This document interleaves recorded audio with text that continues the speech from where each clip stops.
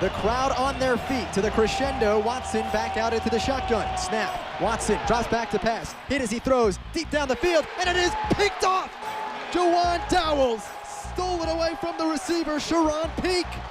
That was Juwan Dowels' first career interception against national champion and first-round draft pick Deshaun Watson 2 years ago.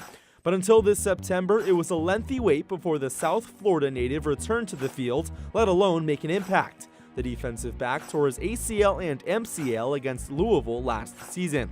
Dowels' second pick came this year at LSU. Not a bad pair of forced turnovers to put on the resume. But it was a long road to recovery for the redshirt junior.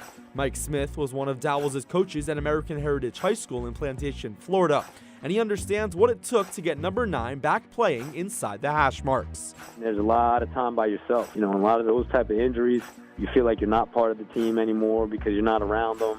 For him to come back from that, you know, and to be playing at the level that he's playing right now, and it's you know, kind of just it's a testament to what kind of person he is, what kind of worker he is. Dowels may be healthy in 2017, but the SU defensive backfield is all banged up. Antoine Cordy and Jordan Martin are out for the year, and Scoop Bradshaw missed the Oranges' last game against Miami.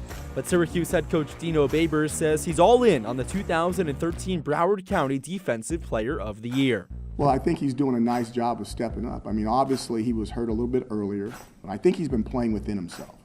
You know, he's not putting himself in bad situations. He's had some 50-50 balls where he's done okay, and I think because of how heady he is, he's playing really, really well right now. So we're excited about how he's been playing. Today, Dowels takes the field against a Florida State team that's loaded with Sunshine State talent he's familiar with from his high school days. But there's one Seminole specifically with who he shares a special bond. Second down. Watson throws a pick. Once again, it's Tavares McFadden. They're going to take a shot, though, to Scotty Washington. And it's intercepted. Tavares McFadden. Finley throwing toward the sideline, intercepted. And McFadden wins that battle. It's picked off by Tavares McFadden. He goes south instead of north, and Tavares McFadden stayed home. FSU defensive back Tavares McFadden also graduated from American Heritage. He and Dowels locked down the Patriots secondary and guided the team to a state title in 2013.